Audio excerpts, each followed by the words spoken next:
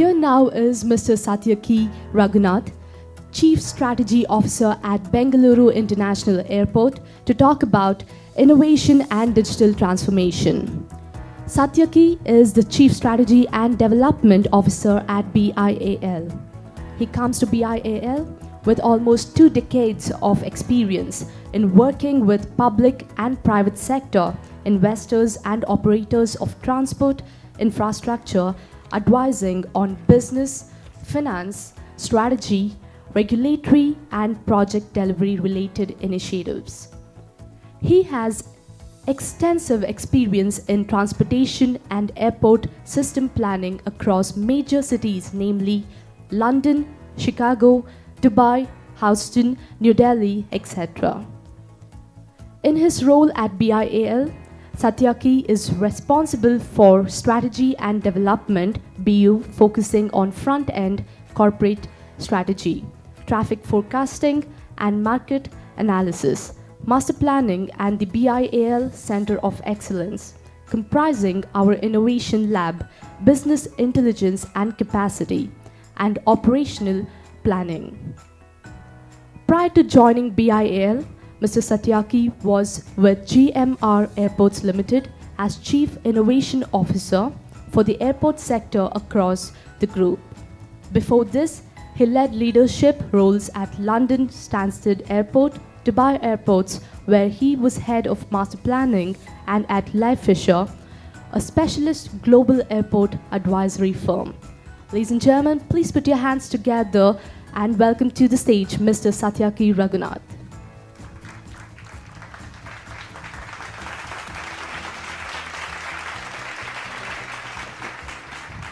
Ladies, work.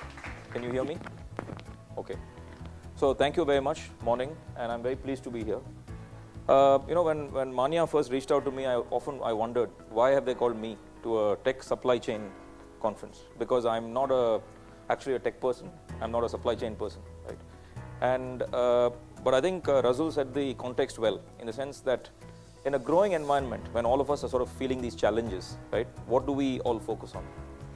And just to put that in context, I wanted to sort of give you some figures and sort of tell you what the aviation story in India has been, and why procurement, for instance, even for somebody like us, an airport operator, right, has been such a major challenge, and why it's going to be one of the key issues that we're going to deal with as we expand.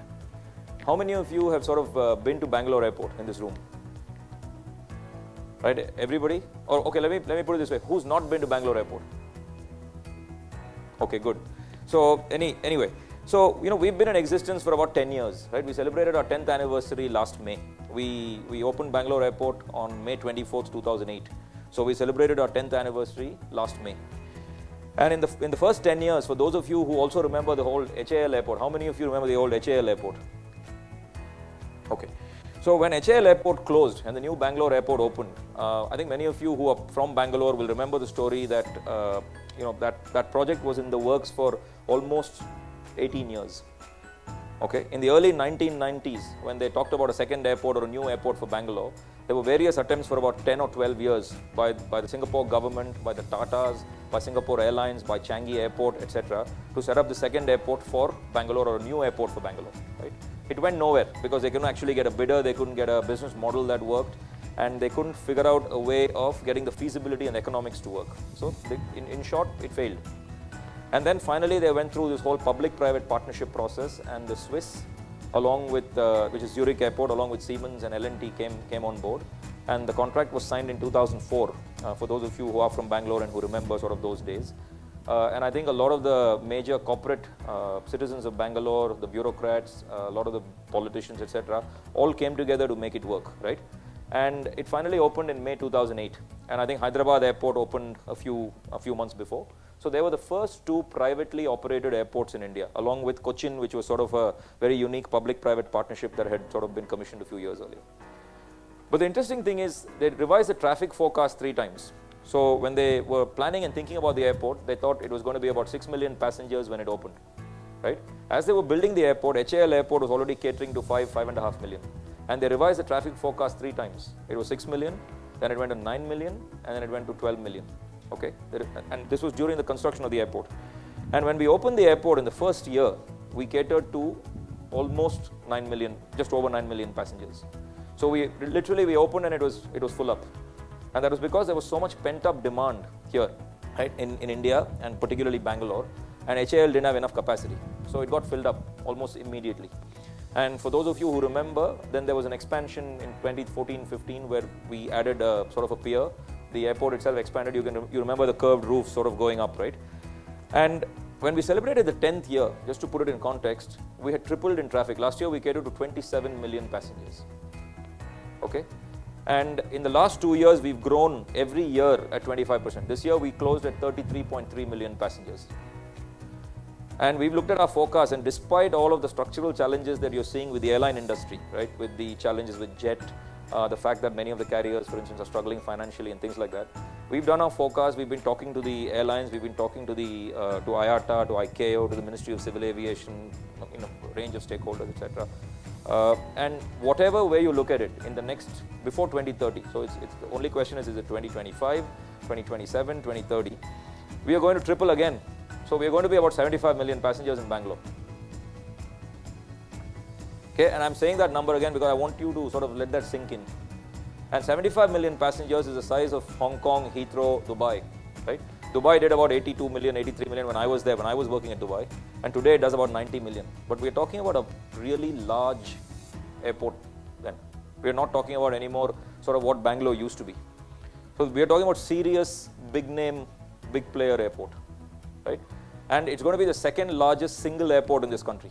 Because Mumbai, even though the demand is there, it will cap out and it will get split between CSIA and the new Navi Mumbai airport. So after New Delhi, we will be the second largest or second busiest airport in India. So in that context, right, when you triple in volumes every sort of say 10 years, what are you going to do?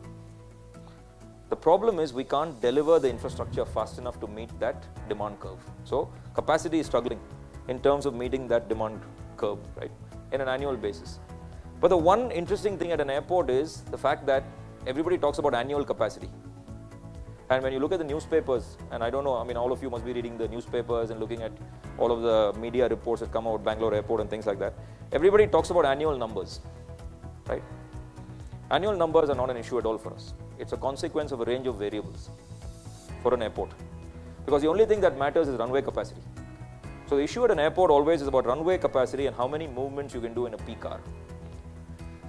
And I'm saying this because, everybody gets too caught up in the annual numbers. And even when I said the context, I'm just trying to give you an idea of the scale. But effectively today, we operate about 42 movements an hour at peak hours.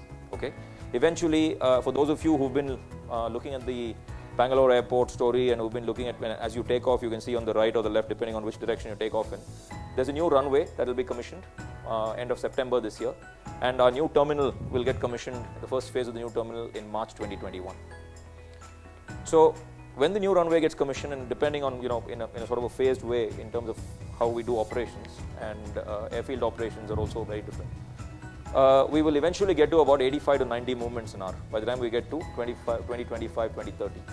And that is what matters. So even though, for instance, we've got traffic growth, the peak hour numbers have been fairly consistent. So it doesn't really matter in terms of how it affects the capacity, but we have to keep delivering the additional capacity because there's no point in getting you a new runway without having a new terminal that can match that runway capacity. Because if I add another, say 15, 20, 30, 40 movements an hour progressively, I have to be able to also add the terminal capacity, the landside capacity and the access, as well as the metro eventually, to be able to make the system work, right?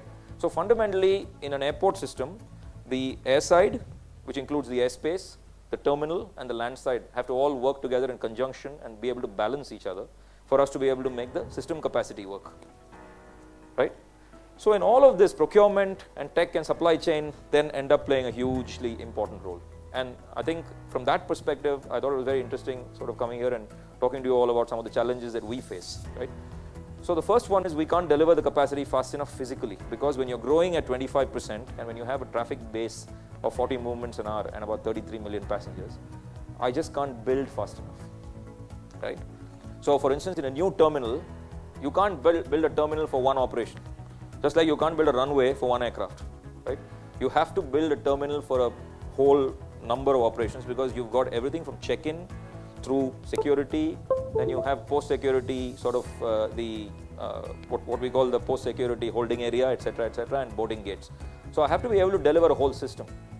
So whether I put one gate in or one boarding gate in, or whether it's still going to be as much effort as if I put many more in, right? I can't deliver you one gate. It doesn't make sense. So when you talk about all of this, one of the biggest challenges to us has been the fact that we can't just do physical infrastructure, right? We can't just deliver physical infrastructure. So what we've embarked upon is something that our ex-CEO used to call bytes, not bricks, right? I think some of you might have read it in the media.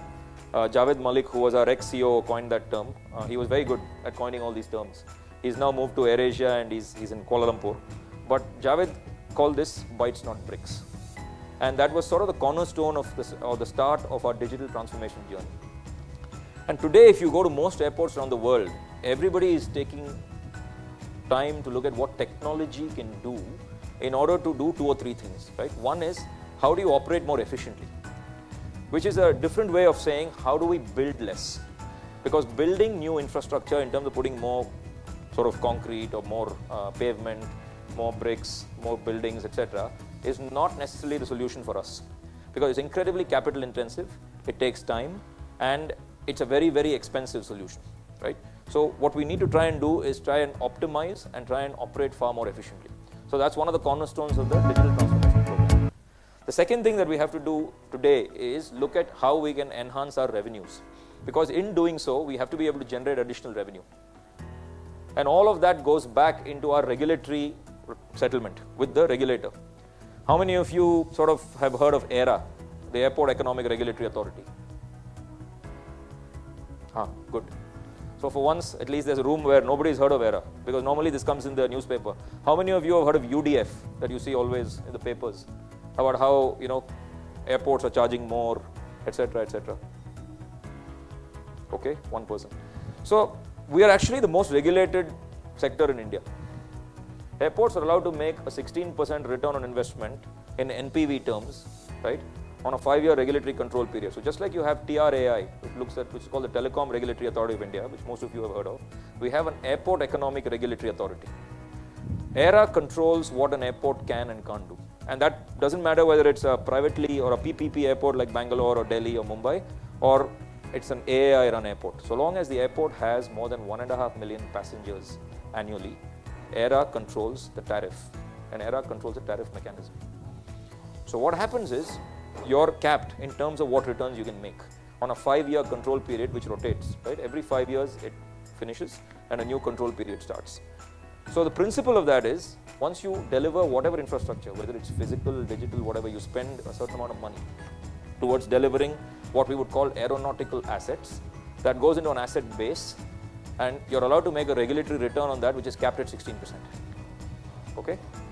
And for all the media report that airports over-recover, we are not allowed to over-recover, because there is a target revenue, right? And there's a target recovery. So for instance, if you have more passengers in that 5-year control period, it is immediately recovered in the next period, meaning your target requirement in the next control period is brought down. And it's trued up in actual NPV terms. So in terms of return on capital, we make far less than even the 16% we're allowed to. Okay? So fundamentally, right, we are a very regulated industry. So in that context, again, we have to be able to make additional revenues in order to offset these UDF charges and all that, because that's what allows us, therefore, to make more on the non-aeronautical side. Because that also goes back towards cross-subsidizing the UDF charges. 30% of that goes back towards cross-subsidizing the aeronautical charges that the airlines pay and the passengers pay. Because actually the airlines don't pay anything, by the way. You all think the airlines pay, the airlines don't pay. They just pass it on to you. Right? The airlines pay nothing. And the airport charges, right, are about 4% of an airline's operating cost. The big component is fuel. So when you hear all of this, right, about airports overcharging, all, we're not allowed to. A, we are regulated. B, whatever you do, right, you think about it on a ticket of say 5,000 rupees from here to Bombay, or a ticket of 5,000 rupees to Delhi. Right, a UDF today is 100 rupees. How much is that? Right? So we have to make additional revenue in any case. Okay? So that's the second aspect of our digital transformation. And the third piece is, today you would have seen from a digital and from a technology perspective, everything is gearing and moving towards hyper personalization, right? Customer experience.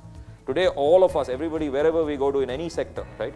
Everybody is only talking about customer experience. It doesn't matter whether it's sort of Zomato and Swiggy getting you something at home, or it doesn't matter whether you're traveling on a certain airline where you get sort of a loyalty program and therefore you're on a, they know who you are, they know you're a gold card member or a platinum card holder or whatever it is, and they can give you what you want. Your menu preferences are already decided, right? You can choose that. You can also these days decide when you want your baggage delivered, where you want it delivered, how you want to pick it up, etc., because you're a priority customer. So similarly, airports also do things with respect to personalization or trying to make your journey as seamless as possible. Because when I was a kid, right, going to the airport was a great thing because none of us used to fly. We couldn't afford to fly, right? We would go there and going and seeing a plane taking off or landing was a huge thing when I was a kid, right? I loved going to airports because I liked just watching the planes. But it was fun. And I remember when you were a kid, right, you went into an airport and you could go in, there was a viewing gallery, you would stand there. I mean, I don't know how many of you have sort of had that experience, right? I mean, we've all had that. And it was great fun to go and see that. But you did it once in a while when some relative, from somewhere flew, right? Somebody who could afford to fly. Today, it's not like that. Today, we are actually the fastest growing aviation market in the world.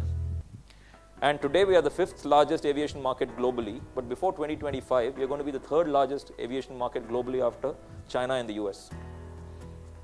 Right? We have about 650 odd aircraft today in India.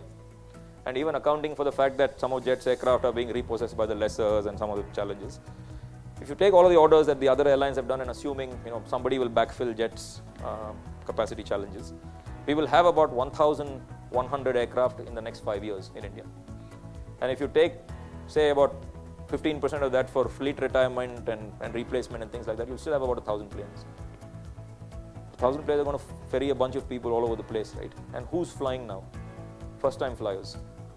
But for all of them, the airport is hugely stressful, right? I mean, I remember, quite often the thing that we face most as a challenge when we walk around in the terminals and things like that is, everybody talks about technology, digital, this and that. But you have these people who look completely shocked. They have no idea what they're doing, right? And they have a boarding pass. There's a gate number on it. They don't know where to go. Nobody knows where to go, right? Because they come and ask you because I have this badge, right? So they see the badge, or whoever it is, we are walking around, and they'll say, "So what do we do?" You've never flown before, and it's important, right? So you can sit here and talk about all of this fantastic technology stuff that we're doing, and believe me, we're doing a lot of very cool stuff with technology. I mean, you must have heard of DigiYatra, for instance, which is going to be sort of one of the world's most interesting biometric boarding systems. And India is going to do that across all airports. It's going to be a system that is going to be present at every single Indian airport. It's called DigiYatra. So it's a facial recognition platform. So once you register once, right, you'll never have to register again. You do a one-time registration. For those of you who've sort of been to Dubai, anybody who's been to Dubai here? Anybody who's lived in Dubai or had that Dubai residency card? Yeah. So when you were in Dubai, when you got an Emirates ID, you can register with your face. So then you don't have to stand in the immigration queue at all, right? You just look at that. You kind of have to open your iris a bit wide.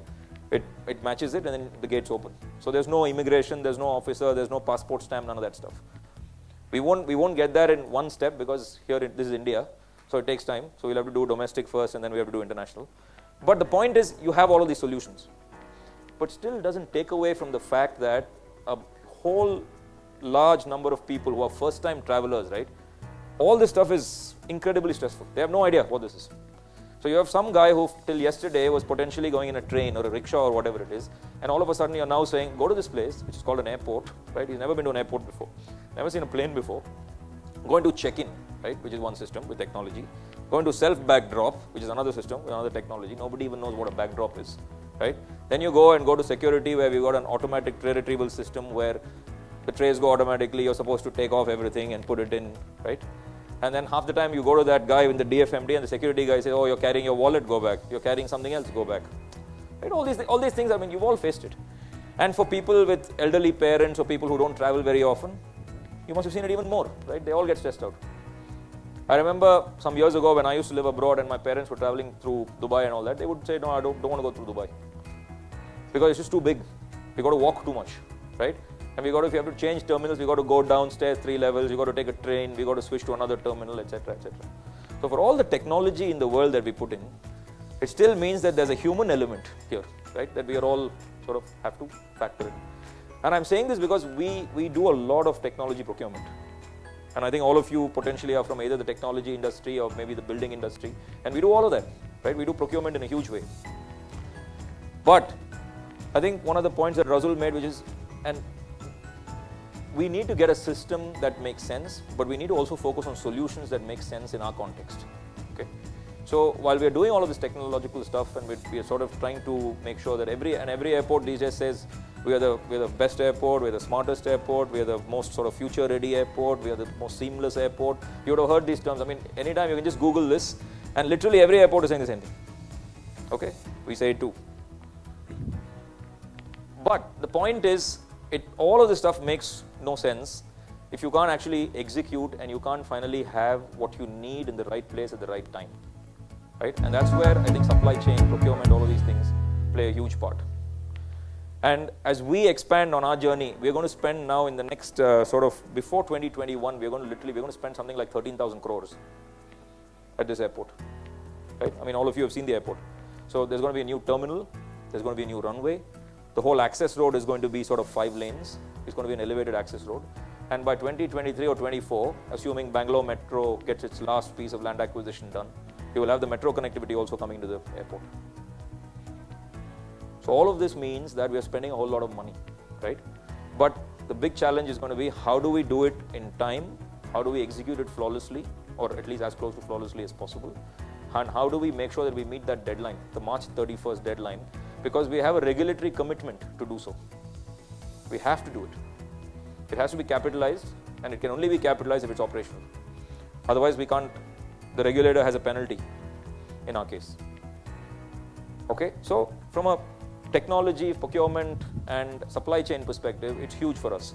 So today, when we look at procurement, that's one of the key areas, for instance, across most industries, that we see that technology has a long way to go, at least in most companies. I mean, I'm not saying that technology doesn't exist. Clearly, I've seen all these names now. I'm going to go back and tell our guys, maybe you can reach out to all of these people and make sure that you talk to them, because there are procurement solutions. And for all I know, I'm not the procurement guy, so don't look at me. I have no clue. Maybe they already have all this.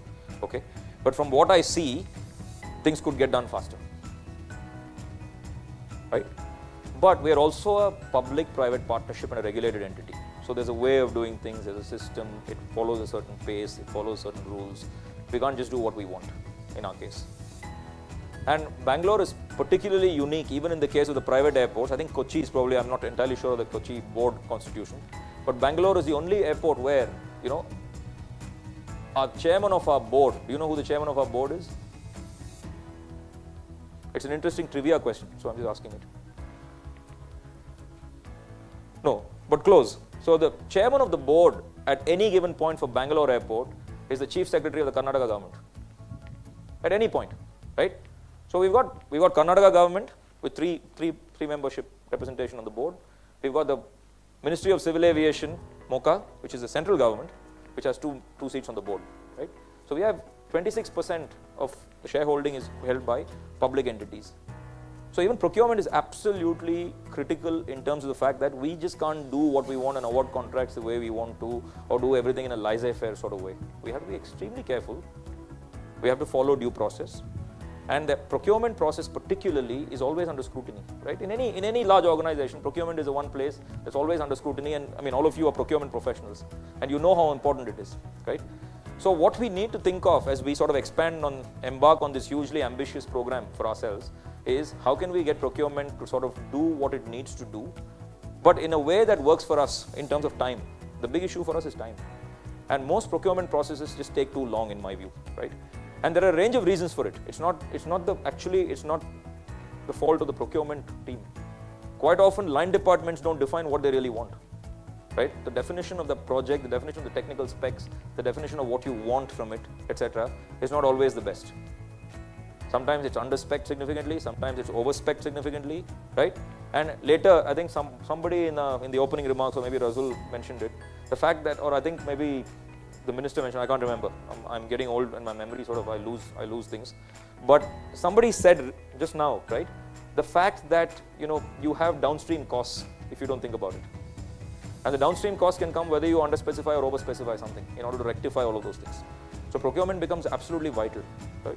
So the first part is making sure you're doing it for the right reason, asking the why, speccing it out correctly, and then going through a procurement process which is agile enough and which is good enough to deliver to you the key vendors who can actually provide you with the the product or the solution that you want, whether it's physical, whether it's digital, whatever it is, right? It could be even something as simple as I want trolleys, right? I want wheelchairs for PRM, for people who have restricted mobility, or it could be somebody who's going to deliver, sort of paper cups to your office. It's all part of our procurement system, right? So all of this, we have to be able to make sure that it's perfect. And I think from that perspective, again, I'd like to just close by saying, very happy to be here. Procurement is a huge part of what we do. I have nothing to do with it, and I'm actually quite glad, because I think it's got its own sort of challenges and it would drive me nuts. So I have the greatest respect for all of you, because it takes a lot to go through all of that and do it sort of as happily and as cheerfully as you all do. So very happy to be here to open this conference. Thank you to CPO. And hopefully you'll have a great 2 days of debate and discussion, and hope all of you fly through Bangalore Airport a lot, spend a lot of money there, we like it, okay, and we'll see you all there. Thank you. Okay. Thank you, Mr. Satyaki Raghunath, for your insightful presentation. I'm sure everyone has innovation and digital transformation as a key priority in today's disruptive environment. I now request Mr. Rajan to please come forward and give away a token of appreciation for Mr. Satyaki. Can we hear a round of applause, ladies and gentlemen?